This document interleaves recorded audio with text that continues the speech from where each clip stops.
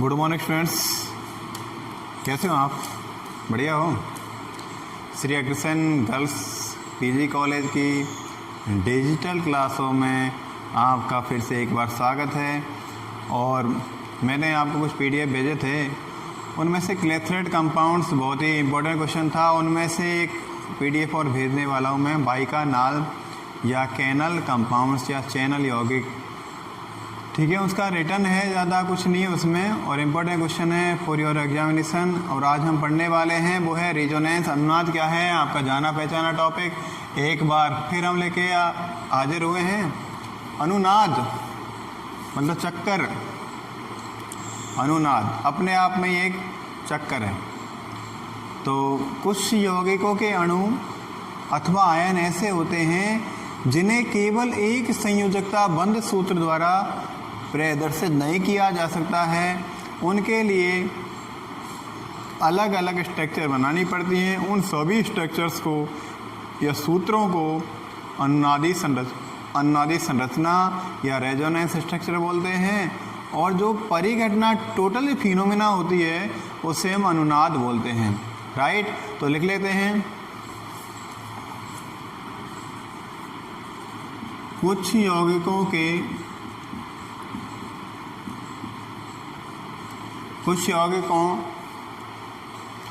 के अणु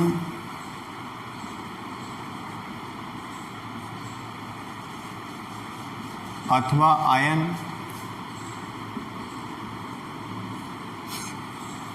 कुछ यौगिकों का अणु अथवा आयन इस प्रकार के होते हैं।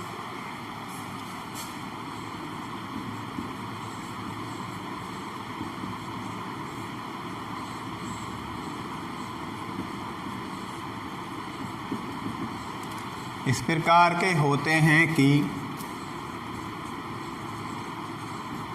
उन्हें एक संरचना सूत्र द्वारा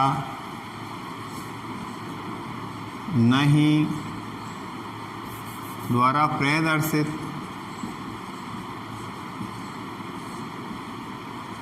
नहीं किया जा सकता।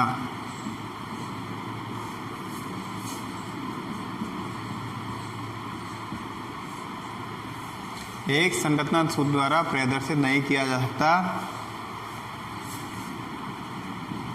इसके लिए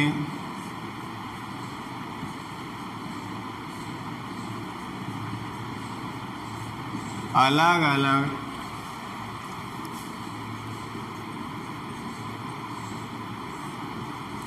संरचना सूत्र होते हैं।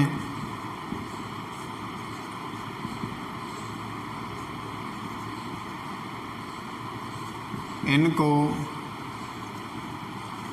किनको संरचना सूत्र हो, इनको अनुनादी संरचना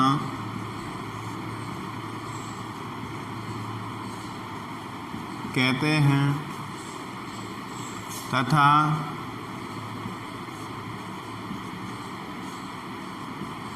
इस परिघटना को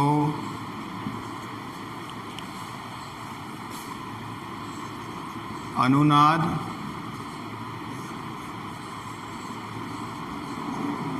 रेजोनेंस कहते हैं। मतलब एक सूत्र द्वारा, एक संरचना सूत्र द्वारा काम नहीं चलता। उसके लिए डिफरेंट टाइप की स्ट्रक्चर देखी जाती हैं, डिफरेंट टाइप के फॉर्मूला यूज किए जाते हैं। उन साल formula non as resonance structure and total जो फिनोमिना है उसे हम रेजोनेंस बोलेंगे। ठीक है, 4 मोर एग्जाम्पल्स। और यहाँ पर एक होता है अनुनादी संकर, उसको भी लिखता हूँ मैं अभी।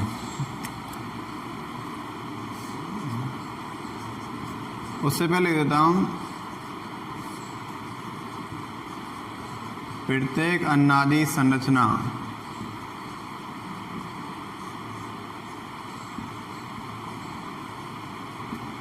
के मध्य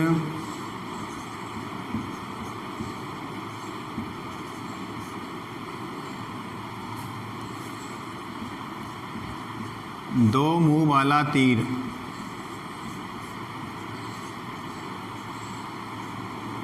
ये तीर यूज करते हैं, दो मुंह वाला तीर यूज करते हैं।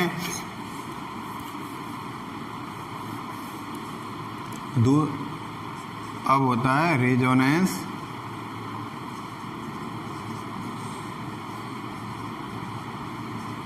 हाइब्रिड,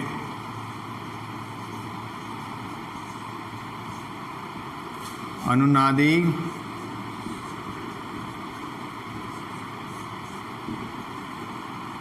संकर, रेजोनेंस हाइब्रिड या अनुनादी संकर।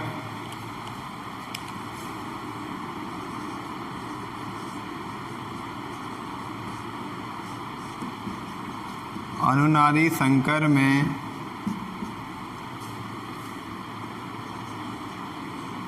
सभी अनुनादी संरचनाओं का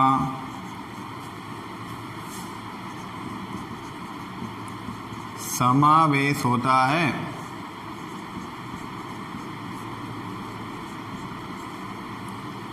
सभी जो रेजोनेंस स्ट्रक्चर है उन सभी का समावेश किसमें हो गया है? अनुनादी संकर में या रेजोनेंस हाइब्रिड में हो जाता है। मतलब टोटल जो इनमें जो प्रॉपर्टी है रेजोनेंस हाइब्रिड में, वो प्रत्येक रेजोनेंस स्ट्रक्चर की प्रॉपर्टी का एक होगा। और रेजोनेंस हाइब्रिड को फिर किससे दर्शाते हैं?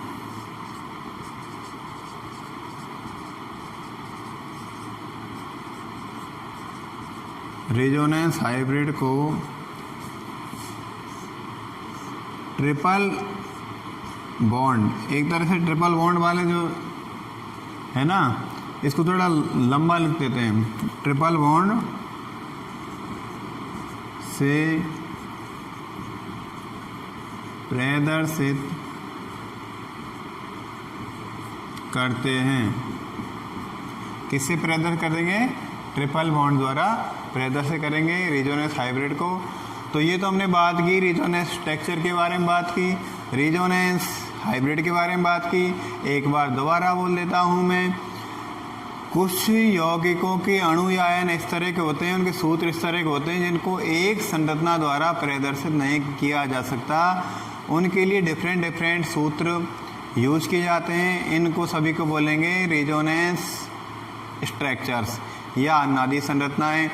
और प्रत्येक अनुनादी संरचना की जो परिघटना है, इस घटना को बोलेंगे अनुनाद। और प्रत्येक अनुनाद के बिटवीन डबल मुंह वाला तीर यूज करते हैं।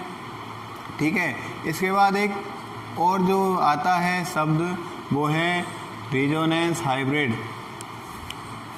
क्या है? Resonance hybrid. तो रेजोनेंस हाइब्रिड में प्रत्येक अनुनादी संरचना का समावेश होता है, प्रत्येक अनुनादी संरचना का गुण इसमें समाहित होता है। Resonance hybrid involve all resonance structures of any molecular formula, okay, and resonance hybrid also denoted by triple bond, right? तो ये हमने जो रेजोनेंस के बारे में, रेजोनेंस हाइब्रिड के बारे में बात की। तो अब हम इसके कुछ एग्जाम्पल ले लेते हैं जिनसे द्वारा हम इस रेजोनेंस को इजीली एक्सप्लेन कर सकते हैं, समझ सकते हैं।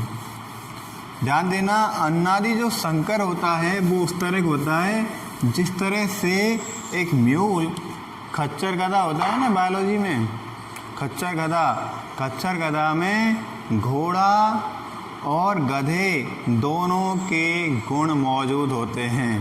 दैट मीन्स एक तो घोड़ा है और एक गधा है, दोनों के गुण मौजूद होंगे। तो घोड़े को हम एक अनुनादी संरचना मान लें और गधे को एक अनुनादी संरचना मान लें और म्यूल को एक रेजोनेंस हाइब्रिड मान लें। तो जिस तरह से खच्चर में घोड़ा और गधा दोनों के गुण मौजूद होते हैं, उसी तरह से रेजोनेंस हाइब्रिड में एवरेज और रेजोनेंस स्ट्रक्चर उन सभी के प्रॉपर्टी या गुण मौजूद होते हैं। अब हम लिख लेते हैं कार्बोनेट आयन की रेजोनेंस स्ट्रक्चर।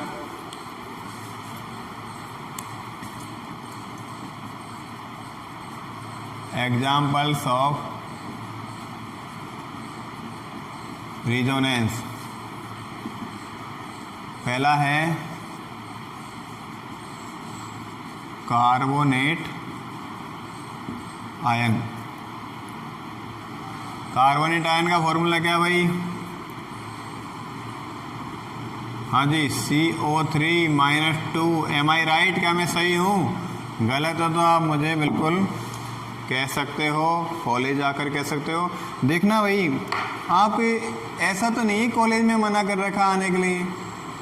कोई भी डाउट है आप कॉलेज आ सकते हैं, बेसिकली आप पूछ सकते हैं, बिना झिझक के पूछ सकते हैं। ऐसा तो नहीं आ सकते, क्योंकि एग्ज़ाम भी चल रही हैं, तो वो भी आ रहे हैं। तो आप अपनी जो प्रॉब्लम्स हैं उनको लेकर आप कॉलेज आ सकते हो, इंडिविजुअली आप आ सकते हो, मिल सकते हो सर से, ठीक है। तो कार्बोनेट के बारे में बात करें,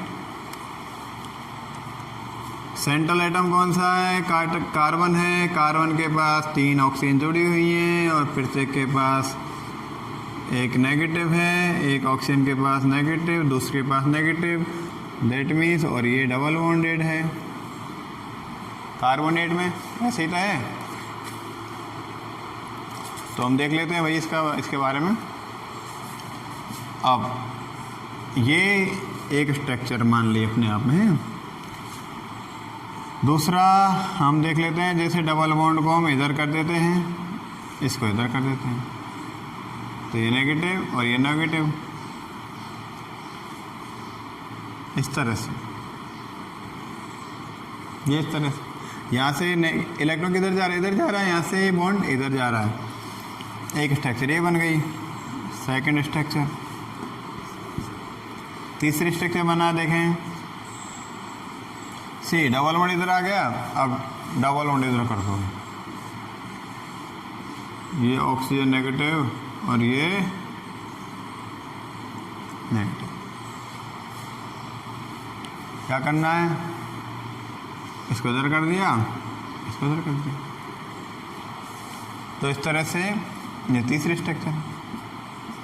आप देख पा रहे हैं कि डबल बॉन्ड इस कार्बन के ऑक्सीजन के मध्य था, उसके बाद इधर आ गया, उसके बाद इधर आ गया, और जो नेगेटिव चार्ज था वो इन दोनों ऑक्सीजन पर था, फिर सेकंड में इस पर रह गया, इस पर रह गया, और थर्ड में कुल मिलाकर ओवरऑल नेगेटिव चार्ज भी तीनों ऑक्सीजन पर बराबर मात्रा में मूव कर रहा है, और डबल बॉन्ड भी प्रत्येक ऑक्सीजन और कार्बन के बिटवीन मूव कर रहा है तीनों स्ट्रक्चर में। अब इसका जो रिजोनेंस हाइब्रिड देखें,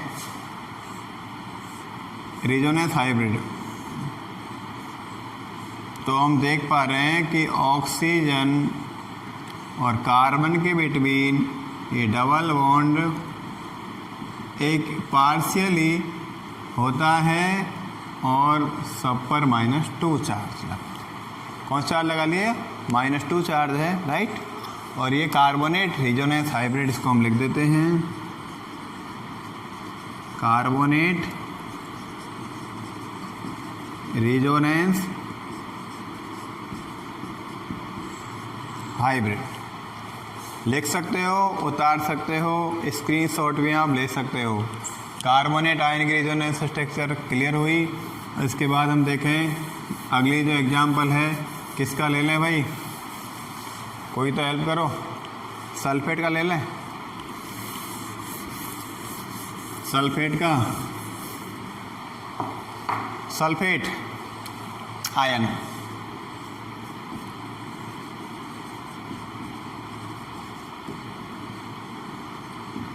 सल्फेट आयन को बोलते हैं SO4-2।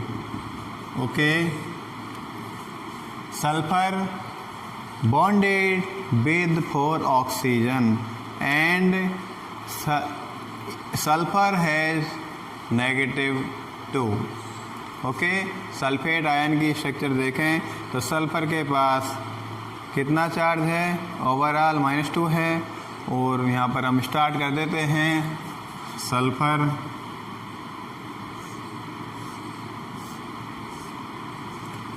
O negative, O negative और O नेगेटिव।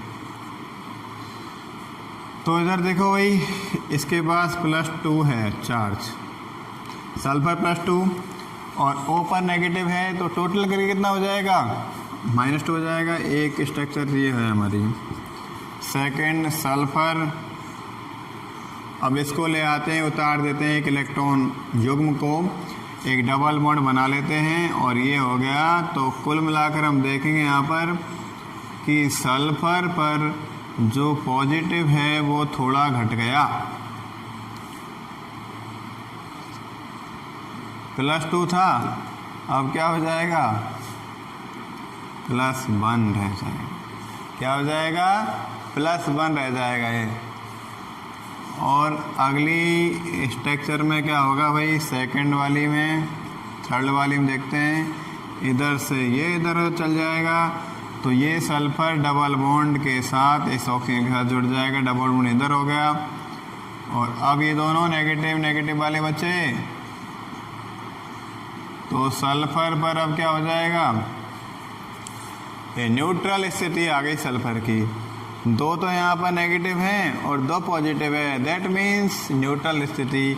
अब इसके बाद हम इसको इधर ले जाएं, सल्फर डबल बॉन्ड ऑलरेडी है, ये डबल बॉन्ड बन चुका है, ये भी डबल बॉन्ड अब हो गया है और ये नेगेटिव रह गया। तो कुल मिलाकर ये जैसे ही आया, एक नेगेटिव किसके ऊपर आया, सल्फर के ऊपर आया, तो -1 आ गया अब इसके ऊपर। अब अगली स्थिति ये तो थी थर्ड और ये है 4। 5 जो कंडीशन है इसको इधर से लिख देता हूँ मैं, कोई प्रॉब्लम नहीं हो रहा, बोर्ड कम रह गया। तो यहाँ पर इसको इधर ले जाएंगे तो sulphur double bond O, double bond O, double bond O और डबल बॉन्ड O। ओके, और ये कौन सी कंडीशन हो जाएगी, number 5 resonance structure. And after then सबसे लास्ट में हम बात करते हैं resonance hybrid of sulphate SO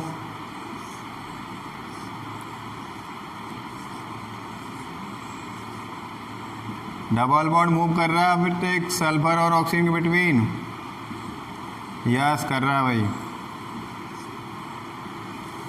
कितना है ओवरऑल यहाँ पर चार्ज, -2 है भाई। तो ये किसका नाम लिख देते हैं हम, sulphate resonance hybrid, right, sulphate resonance hybrid. यहाँ पर -1 था, यहाँ पर -2 लिखना भूल गया, अब लिख देता हूँ, कोई गलती नहीं कर दी मैंने। ठीक है, क्या चाहिए खाने को बताओ, अरे क्या चाहिए, चलो काजू कतली मंगवाएंगे, अच्छी लगती है मंगवा देंगे।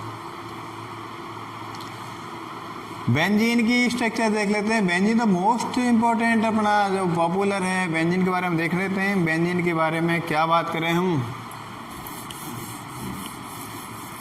एग्जाम्पल ऑफ रिजोनेंस, बेंजीन के बारे में बात करेंगे।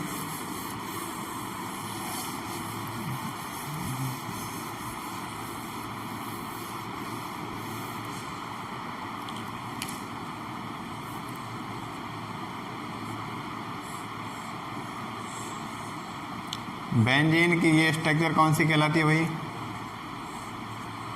बहुत ही जानी पहचानी है बेंजीन।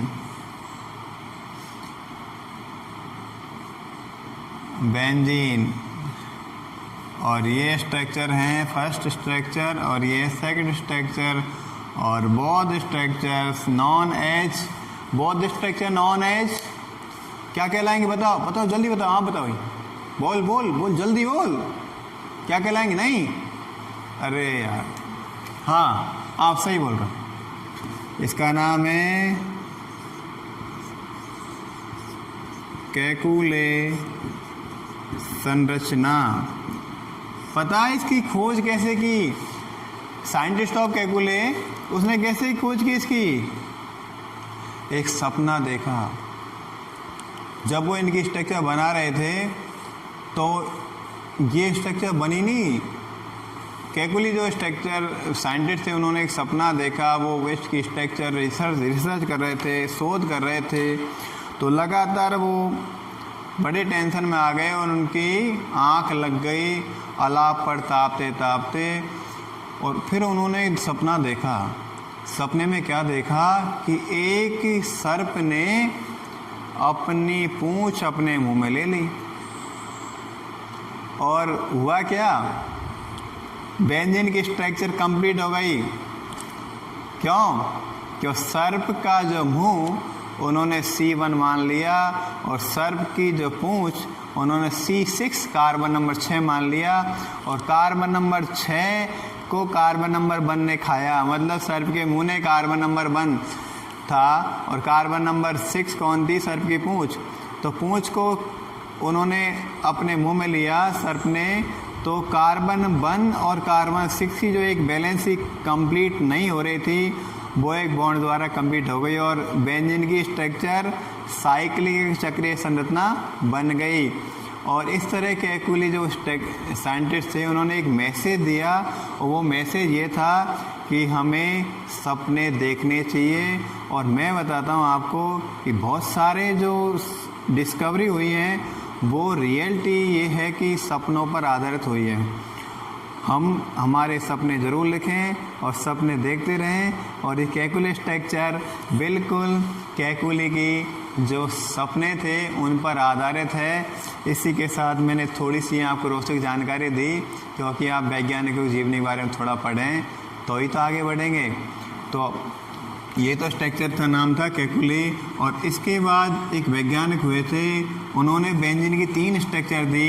और ये मत पूछना मेरे से अब उनका कोई सपना आया था, क्योंकि आया होगा तो मुझे पता नहीं, मैंने जिसके बारे में पढ़ा वो आपको बता दिया है। अब ये है डेवार, एक साइंटिस्ट हुए, उन्होंने बेंजीन की स्ट्रक्चर दी और इस स्ट्रक्चर नाम था डेवार स्ट्रक्चर। और there are 3 structure given by डेवार।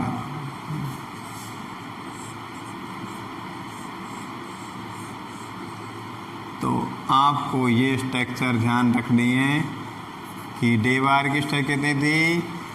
1, 2 तो कैकुली की हो गई और नंबर 3, नंबर 4, नंबर 5 ये डेवार स्ट्रक्चर हैं। और डेवार स्ट्रक्चर कुल मिलाकर 3 डेवार स्ट्रक्चर हो गई, 2 कैकुली स्ट्रक्चर हो गई और एक आयनिक स्ट्रक्चर और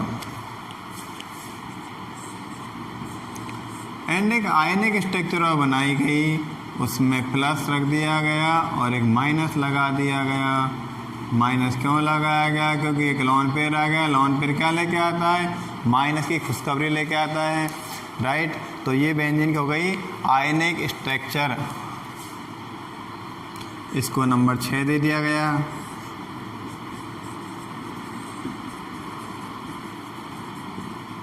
आयनिक स्ट्रक्चर। और ये है भाई डेवार स्ट्रक्चर। इन सभी का बेंजीन पजेस 6 रेजोनेंस स्ट्रक्चर्स। इन सभी का जो एक हाइब्रिड आया उसको नाम दिया गया, मैं उस हाइब्रिड को इधर इस तरह लिख देता हूँ, हाइब्रिड। टोटल करके उसमें सभी स्ट्रक्चर का समावेश था और ये इस तरह से। और ये रेजोनेंस हाइब्रिड ऑफ बेंजीन, और इसे बोलते हैं अणु कक्षक संरचना।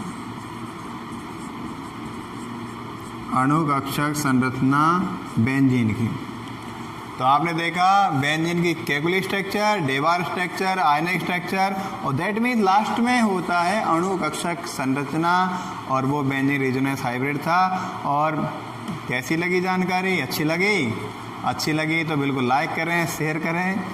और हमारे चैनल जो श्री अग्रसेन पीजी कॉलेज का है, इस महाविद्यालय को बिल्कुल सब्सक्राइब करें।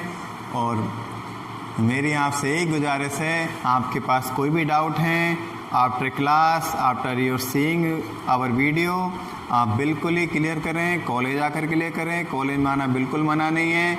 आप आ सकते हो और अपने डाउट क्लियर कर सकते हो। आपकी अच्छी परसेंट बने, मेरी शुभकामनाएं हैं। Thank you very much, all the best.